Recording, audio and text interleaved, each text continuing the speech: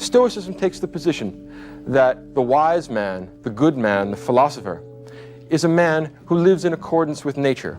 He fears only abdicating his moral responsibility. He is not afraid of pain. He is not afraid of death. He is not afraid of poverty. He is not afraid of any of the vicissitudes of the human condition.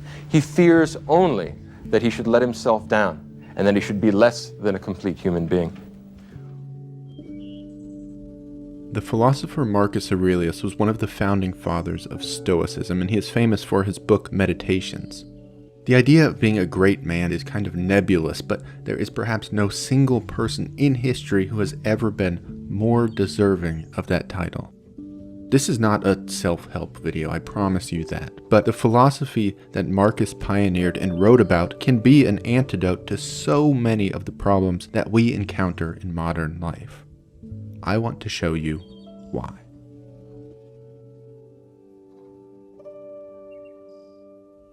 Marcus Aurelius was a Roman emperor who served from 161 AD to 180 AD. He was the last of the so-called five good emperors and served over a period known as the Pax Romana, or the Roman Peace. In fact, when Marcus Aurelius died, the Pax Romana ended. Aurelius, when he was emperor, was the most powerful man in the world. The Romans basically had no concept of the globe outside of their empire, so as far as he was concerned, Marcus was effectively ruler of the world. In this position, he could have anything he wanted. Precedent had been set. The life of a Roman emperor was basically synonymous with hedonism. That was what Roman emperors did. They indulged in money, sex, wine, and any other pursuit that even vaguely occurred to them. It was practically expected. So any vice the mind could have possibly considered was directly within reach for Marcus Aurelius. He was entirely unbound by money, law, custom, or even ethics. No one and nothing would stop him from realizing his wildest desires. But even in those limitless circumstances, Marcus Aurelius chose a life of virtue. He chose to be a good man, and not just in one instant or on one occasion, but every day for all 19 years of his time as emperor. Marcus Aurelius was a fundamentally good man. Being good doesn't make you a great person, but imagine staring down the beast of truly unlimited fantasies and declaring, "No, I choose virtue," not for the sake of praise or fame or admiration, but just for the sake of being good. That is impressive. I mean, consider the circumstances and consider if you were in those circumstances for almost 20 years. Could you consistently, day in and day out, overcome the monster of temptation, knowing that there would be no ramifications whatsoever, no matter what you choose to do? What would you do? How would you act?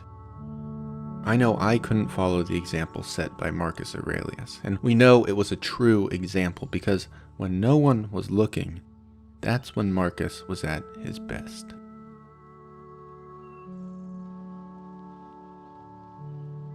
Meditations is a book written by Marcus Aurelius. Well, it's not really a book. It was Marcus Aurelius's personal journal.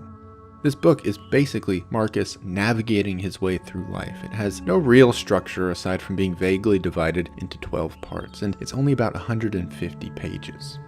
Meditations is the title that publishers have prescribed to it. The writings had no title. They were never intended to be read, much less published, by any person at any point other than Marcus himself. They were Marcus Aurelius's deepest confessions and beliefs. With that in mind, Meditations is immensely revealing as to the character of its writer. Because again, Aurelius wasn't writing this for anyone but himself. But despite this seemingly off-the-cuff nature, Meditations is one of the most powerful and most poignant books ever put to paper. Undoubtedly, the best thing to do is read Meditations for yourself. There are copies of it in almost every single library and bookstore in the country, maybe the world. But for the purposes of this video, there are a few ideas in there that I think are really worth examining.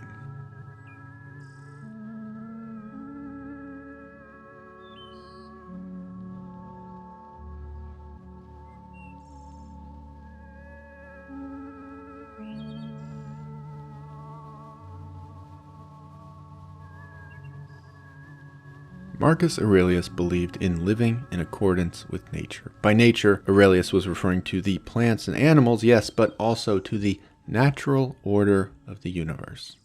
Trees grow because that's what they're made to do. They grow as big as they can and become as beautiful as they can, not because they want praise or are looking for some external validation. But instead, they grow to be powerful and awe-inspiring because that's what they're made to do. That is the natural order. A caterpillar becomes a butterfly. A frail, featherless chick becomes an eagle, not because they want to, but because they are created to. In the same way, Marcus believed that the duty of a human was to fulfill their potential. He did not believe in accumulating things or riches, and we'll talk about that later, or being awarded or given accolades. Nature had made you a human, and with that in mind, it was your duty on this earth to be the kindest, most virtuous human that you can possibly be. For Marcus, this is the pinnacle of human achievement, an unfulfilled potential. That was the darkest place you could sink to. After all, you can't control anything else. You can't control what the world throws your way, but you can control how you react. And no matter what happens, a great person weathers the storm and lives up to their fullest, most virtuous potential. That is your duty as a human.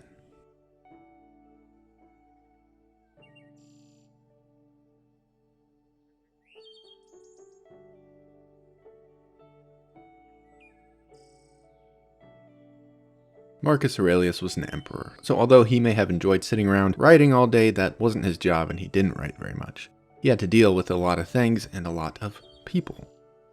Above all else, Marcus believed that evil, wicked, or just somehow bad people were simply part of our universe. Asking the world to not present you with these people would be like asking a vine to exist without thorns. Don't be ridiculous. There's simply nothing you can do, Marcus says.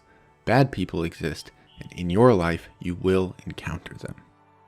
Marcus believed in kindness, though, and he believed that people didn't ever want to do the wrong thing. Instead, when people did the wrong thing, it was simply out of ignorance. You can try to teach these people, sure, but it's just not always going to be an option. So we can't control if the universe sends us the immoral or the wicked or the lazy, and if we can't also help these people, which usually we can't, we just have to put up with it. And to do this, Marcus says, you should look inward. He writes to himself, hey, Marcus, you've got faults too. Who are you to judge? Maybe you have different faults than these so-called bad people, but Marcus, you have your faults nevertheless. In a different conversation on a different day, perhaps you, Marcus, would be the ignorant one.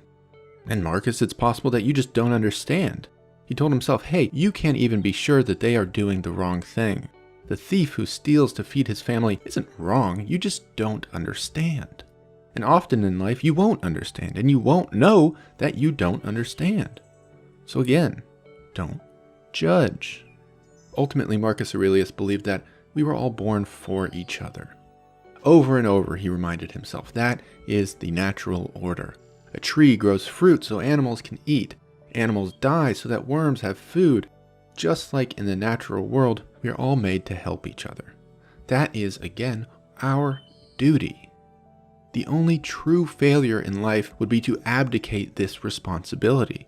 So Marcus, you better do it, and you better do it well.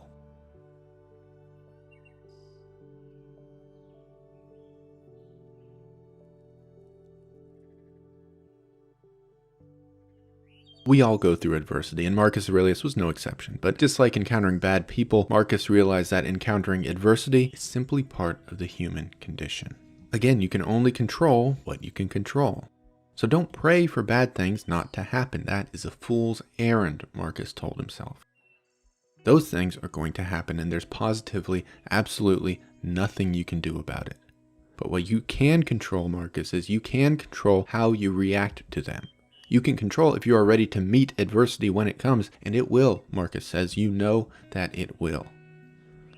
When that day arrives, don't be sad because something bad happened. Don't feel bad for yourself. Don't mope. Instead, feel fortunate that you have the tools and the spirit to make it through unscathed.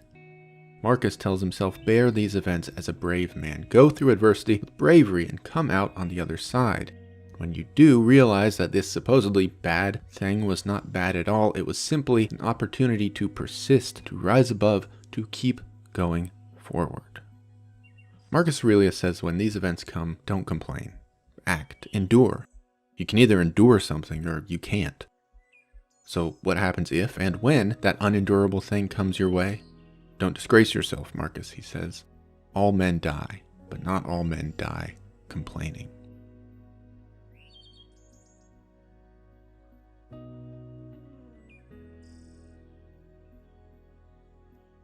Marcus Aurelius was a man of enormous wealth, but he did not believe this was inherently a problem. Marcus did not vilify material possession like some other philosophers have throughout history, but instead he was cautious with his relationship to the things that he owned.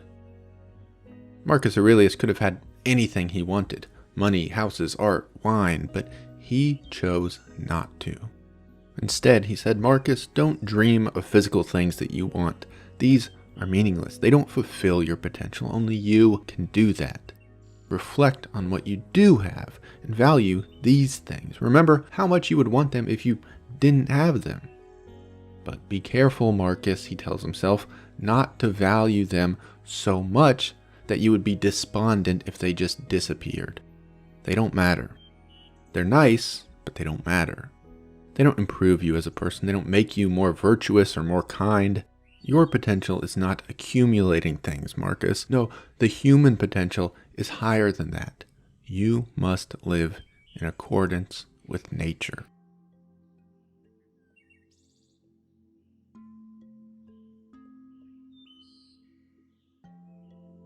Marcus Aurelius spent a lot of his time thinking about death, so much so that it would be impossible to make this video without discussing his opinions on the subject. And his views on death were simple. It's coming whether you like it or not.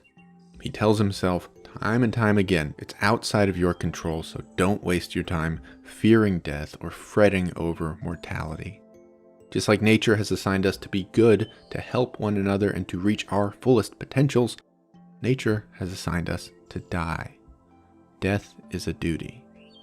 So while you're here, live, be kind, be good, fulfill your role in nature, and then die. Because death is also part of that role.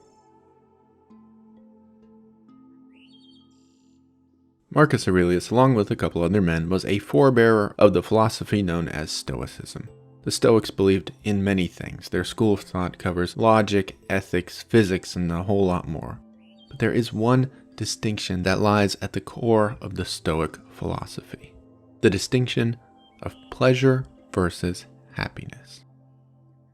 Money, fame, even success were external stimuli that provided fleeting moments of pleasure, but this wasn't happiness. Happiness was not so temporary. The concept of happiness was something more. It was a state of being that came entirely from within. It didn't come from being an emperor like Marcus Aurelius. It didn't come from any worldly things. The Stoics said to achieve happiness, you should live a life of virtue. You should continue to better yourself and become all that you possibly can. The only failure, the only true pain, the only true sadness, the only thing worth fearing is to let yourself down by not achieving your potential. Because and only because being great is your duty.